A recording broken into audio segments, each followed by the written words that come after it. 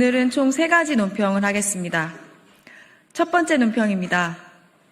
2차 소환에 출석한 윤석열, 이제 국민 앞에 사죄하고 내란, 외란 혐의에 답해야 합니다. 내란 수계 윤석열이 내란 특검의 2차 소환에 출석했습니다. 이제는 법기술과 꼼수를 버리고 역사와 국민 앞에 진실을 고백하고 책임을 져야 할 때입니다. 윤석열의 불법 개헌과 내란 혐의를 입증하는 증거와 증언은 이미 충분합니다. 오늘은 여기에 더해 외환죄에 대한 본격적인 수사도 시작돼야 합니다. 언론 보도에 따르면 윤석열은 비상계엄의 명분을 만들기 위해 평양 드론 침투 작전과 부품 공작을 기획했다는 충격적인 의혹을 받고 있습니다.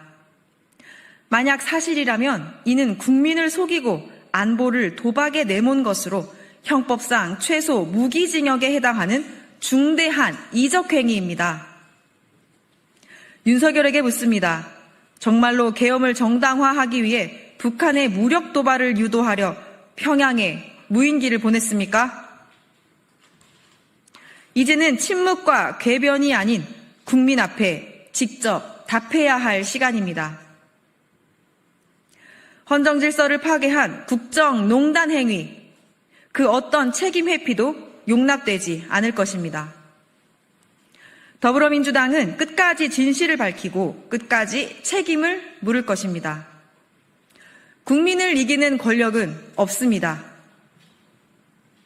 두 번째 논평하겠습니다. 내랑 중요임무종사 혐의로 군 수뇌부 12명 기소. 대한민국 국군의 명예와 사기를 반드시 되찾겠습니다. 국군은 오직 국민을 위한 군대입니다. 그러나 윤석열의 불법 계엄으로 군 수뇌부 12명이 내란 혐의로 기소되고 다수 장성이 직무에서 배제되는 초유의 사태가 벌어졌습니다. 국방부와 비상계엄 특별수사본부 자료에 따르면 현재까지 장성급 8명과 대령 4명이 기소됐으며 추가로 장성급 3명이 직무에서 배제되었습니다. 윤석열은 군을 정치 도구로 악용하고 지휘체계를 붕괴시킨 내란 수계입니다. 이는 군의 명예를 훼손하고 헌정질서를 파괴한 중대한 범죄입니다. 군사독재의 어두운 역사를 되풀이하지 않기 위해 쌓아온 군의 정치적 중립과 국민의 군대를 만들기 위한 모든 노력이 송두리째 짓밟혔습니다. 그러나 국민과 민주주의를 지킨 양심적 군인들이 있습니다. 시민의 저항과 함께 이들의 소극적 임무 수행 덕분에 국회는 신속히 비상계엄 해제를 요구할 수 있었습니다. 이들의 용기와 헌신에 깊은 경의를 표합니다. 오늘도 국군 장병들의 희생과 헌신이 있기에 국민의 일상과 평화가 지켜지고 있습니다. 더불어민주당은 이재명 정부와 함께 반드시 내란 세력을 청산하고 훼손된 국군의 명예와 사기를 회복하겠습니다.